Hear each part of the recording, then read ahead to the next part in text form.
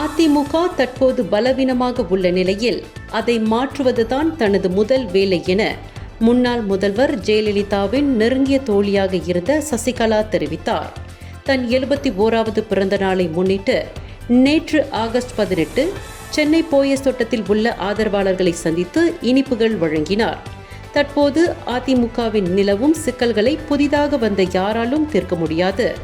என்னை போன்ற அனுபவம் உள்ளவர்களால் மட்டுமே தீர்க்க முடியும். விளம்பரத்தால் திமுக ஆட்சியை பிடித்து விடலாம் என நினைக்க வேண்டாம். நான் அதனை ஆட்சிக்கு வரவிட மாட்டேன். கடந்த 39 ஆண்டுகளாக அரசு நிர்வாகத்தை அறிந்தவராக நான் இருக்கிறேன். இன்று மக்களை நேரில் பார்க்கவே எனக்கு வருத்தமாக உள்ளது என்று அவர் தெரிவித்தார். பலவீனமான அதிமுகவை மாற்றாவிட்டால் தமிழக மக்களுக்கு அதிக சிரமம் ஏற்படும். மத்திய அரசை திட்டுவதும் மத்திய அரசு பணம் கொடுக்கவில்லை என்று கூறுவதும் தான் திமுக அரசின் வேலையாக இருக்கிறது. 2026 நிச்சயமாக ஜெயலலிதா ஆட்சி வரும். அதற்கான திறமை எங்களிடம் உள்ளது. ஜெயலலிதா ஒரு நாள் ரோட் ஷோ என்ற பெயரில் பயணம் மேற்கொண்டார். அது முதல்வரின் வேலை அல்ல.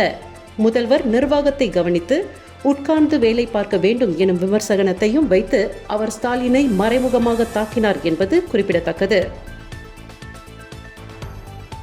இந்தியர்களின் இதய குரல் மக்களோசை.